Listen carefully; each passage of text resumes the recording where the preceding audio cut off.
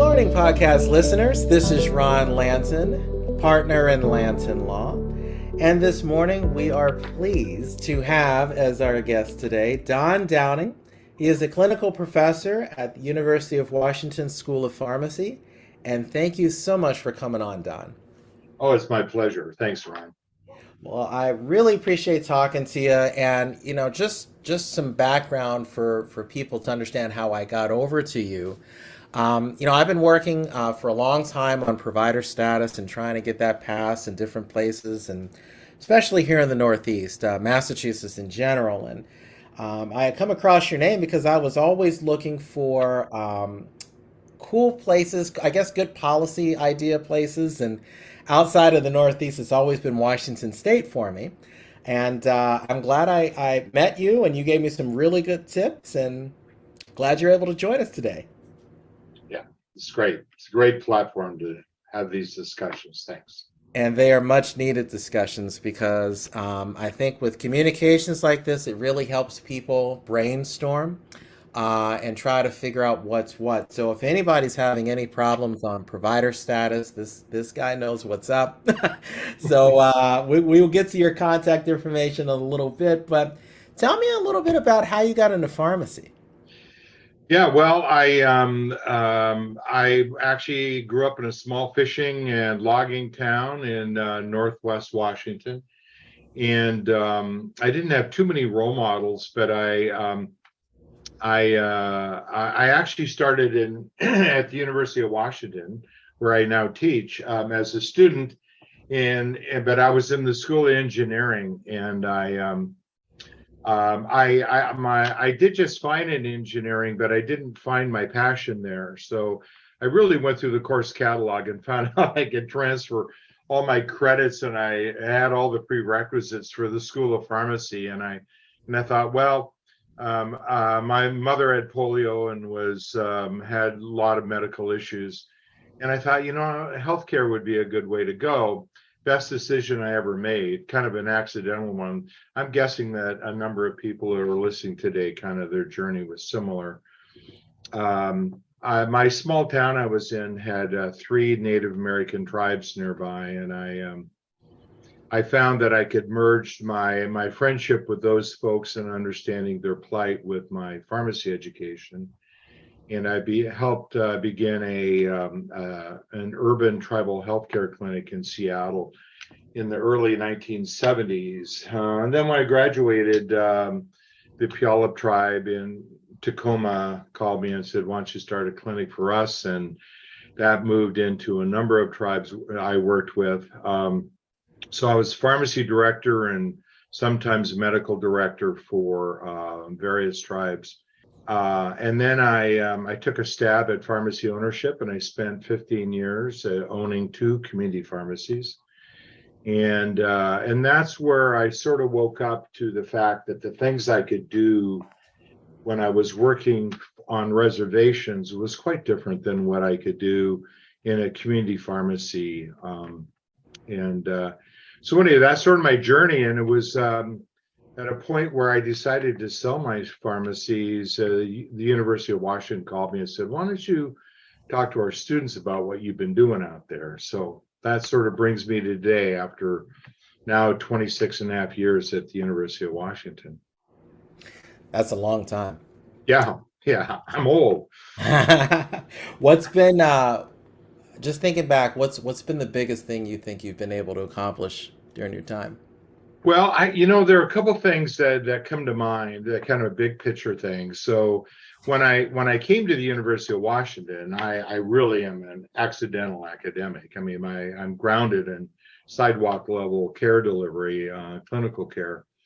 But I got partnered up with an epidemiologist, Dr. Jackie Gardner, and she and I had similar ideas about where pharmacy might be able to go. And so we were fortunate enough to start up the country's first pharmacist, ACPE accredited pharmacist immunization training program. And I'm really proud of that because we end up training thousands of pharmacists around the country and work to change pharmacy laws around the country to allow pharmacists to immunize.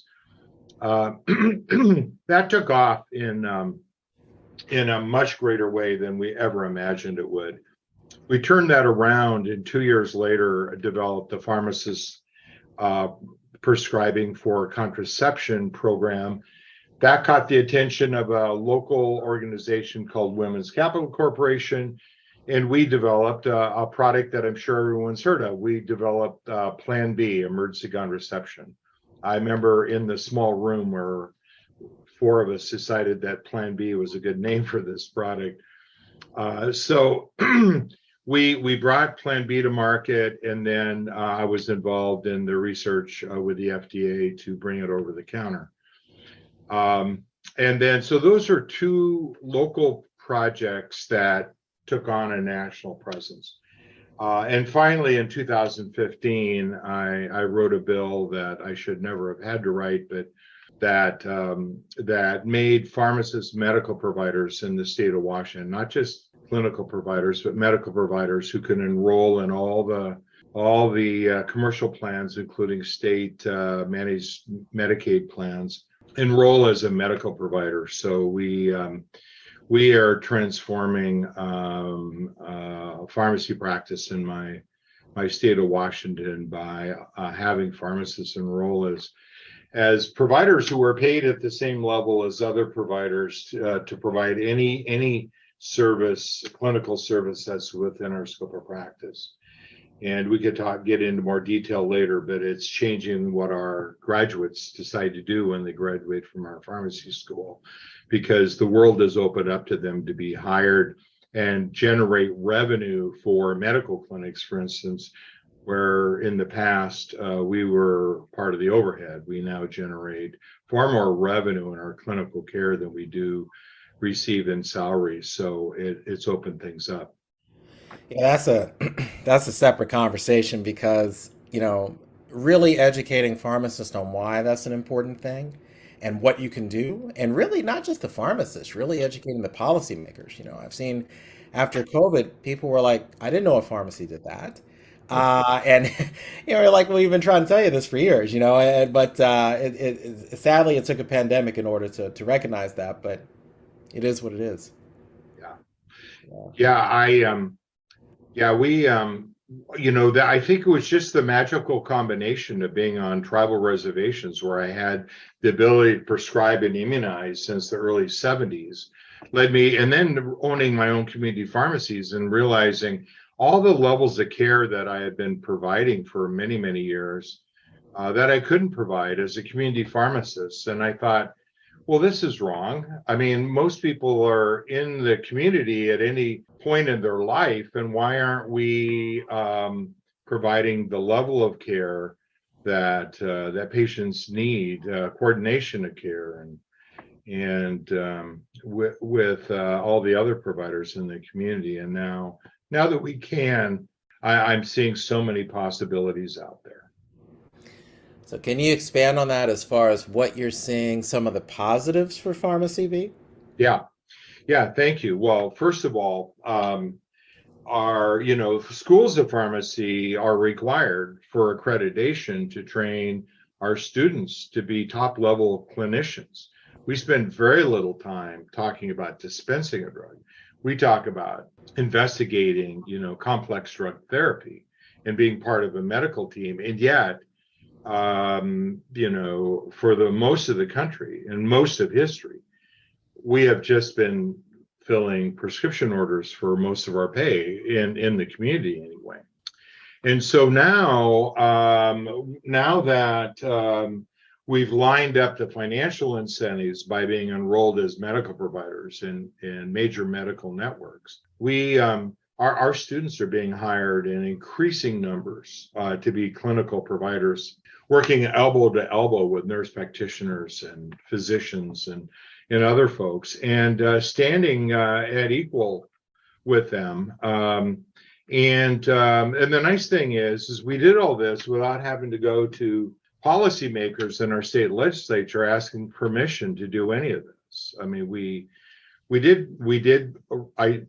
my students and I wrote a bill that just reinforced a law that was already in existence that said we were medical providers. So we we now have schooling in pharmacy schools in our state that matches the environment, the work environment that our students are graduating into. They are with a declining number of people applying to pharmacy school because they don't want to be in these prescription mills with not enough staff to support them, to being hired in increasing numbers by medical clinics, but also pharmacists opening up their own, their independent pharmacies largely, and increasingly some chains, where the pharmacists are generating really on an hour by hour basis more revenue providing clinical care than they are by filling prescriptions and getting eaten alive by the PBMs. So, and then, the benefit to the patient and the community is that pharmacists have a reason, including a financial reason, but certainly a clinical and ethical reason to spend time with patients because they're billing for that time.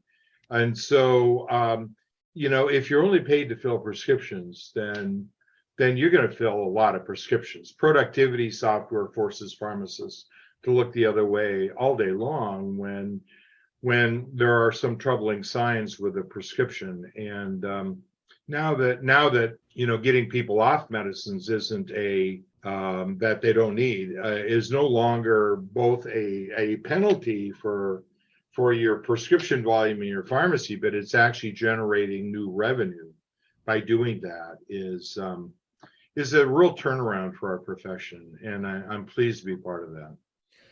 Let me pick up on something you said a little bit ago when you were talking about going to the legislature. And I think that's something that a lot of pharmacies do, almost like a reflexive nature, where they think they need to go and ask for permission every time, and they're surprised when they say, well, Dr. So and so or this person pushed back on me, or I have to spend all this time educating them on what to do. I know you and I have talked about the importance of having a Pharmacy Practice Act, and I know that not every state has that, including states, like Massachusetts. I hate to pick on Massachusetts, but Mhm. just as an example, how important is that, do you think? Well, I think it's important in a couple of ways. Certainly, it's important to the communities we serve because they now have access to the skills and services of a pharmacist. But it also changes the whole paradigm around do pharmacists need to ask permission to get everything they already know how to do? For instance, I give the example all the time. I said, try to imagine a physician or a physician group going to a state legislature asking if they could do gallbladder surgery, let's say, and get paid for it. Why would a physician go to a politician and ask permission to do something that they've been trained to provide? And yet, pharmacy, in various states and nationally, pharmacy is going to politicians all the time saying, hey, can I give this shot? Can I provide this service? Would you pay me a little bit for it? I'll even put the payment in the bill, which then really nails the coffin down pretty good when you put fee schedules in a legislative bill, because now you're stuck with it. Hmm. But anyway, so what it says is that we decided in Washington State that the clinical decision making about what we can and cannot do resides among the clinicians among us. We work with medical societies and individual physicians and nurse practitioners and dentists and other healthcare providers to decide what the standard of practice is in our state. Now, Washington State uses collaborative drug therapy agreements. We started doing that in 1979. So we've been doing this. We have over 30,000 active collaborative drug therapy agreements in place at any given moment in Washington State. And we decide the scope, the drugs, the within those collaborative agreements, and politicians are not involved in those decisions, and they shouldn't be. And yet I continually work in various states where pharmacy keeps going back and saying, hey, we won something. We can provide pneumonia shots now. We only used to be able to do flu shots. I'm thinking we need to sit back as a profession and think, what is it we're doing here? Why are we asking a politician to say it's okay to give a pneumonia shot? I mean, that's just ludicrous. It's ludicrous as a physician asking, can we do gallbladder surgery? Because patients suffer when they can't access the care that we know how to provide. And I just ask, your listeners to consider the way they move forward, thinking these small victories are important when in fact you're just kind of digging a hole.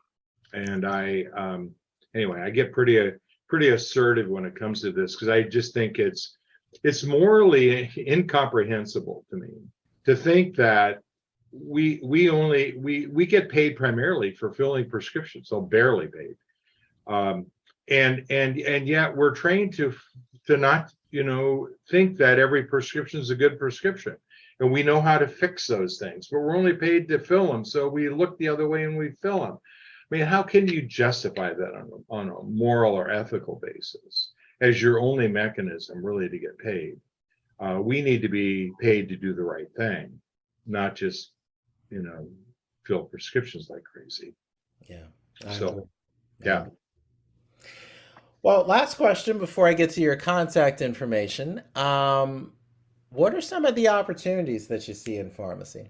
Well, that's a great question, Ron. So I'm going to take this opportunity to tell you that I think there's some existential threats to pharmacy. I mean, the number of undergraduates who are applying to pharmacy school is diminishing every year, and schools are falling out like crazy and not meeting and I think this represents actually a huge opportunity. If there's an existential threat, what's pharmacy going to do about it? They can't just say, well, we're going to waive part of your tuition, or we've got an opportunity here is to convince everybody, including undergraduates, that pharmacy is a great profession and that we're relevant and we're needed. And you only can do that if you, in fact, can be paid for practicing at the top of your license and providing the care that people need, especially all the unmet needs that we can help meet out there. So I think an opportunity is to understand that schools of pharmacy should be deeply involved in changing policy in their state, because their students need that. And then the schools need that. They shouldn't just make the schools attractive. They should make pharmacy attractive, because it's a growing profession that has a whole new vision for itself. And that's the opportunity I think that we need, and stop thinking of ourselves as a status quo sort of profession that does what it's told, that we do what's right for the patient. And we do that through progressive health policies, and stop asking permissions and start demanding that patients have access to the care they need through progressive laws in our states. How do our listeners get a hold of you if they have any questions? Well, people can get a hold of me. Email my University of Washington email. You're welcome to use it anytime. It's dondown, DONDOWN @uw.edu. And you can also message me or call me at my cell number, which is area code 206-276-3752. And you can also look me up if you've not written any of this down. You can go to the University of Washington School of Pharmacy and look me up under faculty there. And I'd love to hear from people. I love part of my job at the University of Washington is to help people in other states move forward. So I'm happy to do this. That's not advice you hear all the time, guys, and for somebody that's been around this long and has been on the innovative side of this, which I think pharmacy is still starting to explore with certain topics, great mind to pick. So I encourage you to pick up that phone or send an email. Don, it's been a pleasure as always. I really appreciate your time, and we're definitely gonna have to do a part 2 to this. Okay, I'm up for it. Thank you very much, and good luck, everyone.